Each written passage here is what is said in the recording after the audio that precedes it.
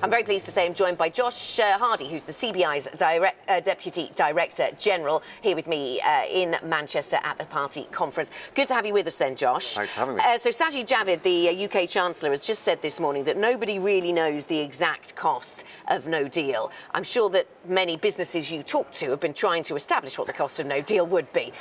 What's your assessment, the business community's assessment? Well, I think if you're talking about the economy in general, of course, there are lots of forecasts out there, some saying 5% loss of GDP, some 8%. But I agree, it's quite hard in a macro sense to get what that means. And it is so useful to go and talk to individual businesses.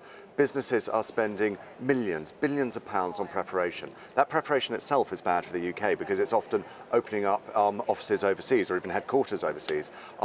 Offshoring your supply chain away from the UK.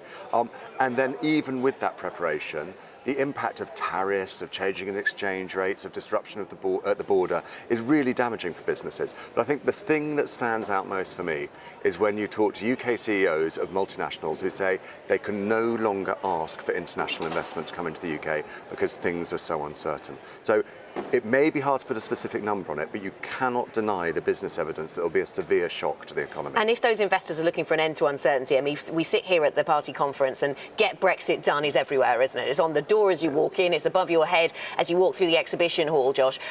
Clearly that is what the Conservative Party wants to do. But if they do that with no deal at the end of October, does that bring any end to the uncertainty?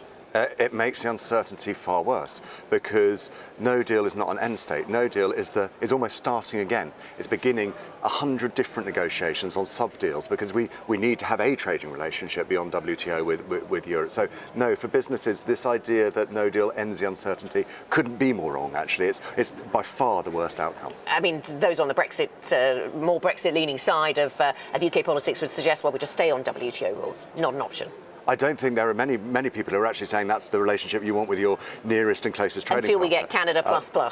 Which could take, exactly. And so exactly, you start the conversations again. What's the first conversation you have? What about the Irish border? What about the bill? It's almost the ultimate extension for business, no deal. Give me an assessment of how nervous businesses are, because the Lloyd's Business Barometer saw that confidence in the economy was back at 2016 lows. 43% of the businesses they surveyed saying that this was going to have a negative, Brexit would have a negative impact on their business. Does that fit with your thinking? Yes, it's very, look, if you're a business at the moment and you're thinking about making an investment in a big bit of machinery or new jobs, it's very, very hard to do that because you don't know what lies ahead. So yes, there's a great deal of uncertainty. And I think here we are at the Conservative Party conference. What do we all want to be talking about? Jobs, infrastructure, investment, hitting that net zero target. There's so much that we can do in this country that would be absolutely great. If we can get a deal, then that gets us into transition, that unlocks that investment. I think there's a lot to look forward to, but it does rely on a deal. Not everything is waiting for Brexit to get done. No. I mean, Sajid Javid has talked about infrastructure investment just this morning. He's going to be talking about that later, £25 billion in roads and buses and the like. I'm sure you welcome that. Very much so, yeah, really, really welcome. I think, you know, what do businesses really want to focus on? As I said, skills. How do we get the people into the workforce that we need? How do we level up across the country and make sure that our regions are addressing terrible regional inequality that we have?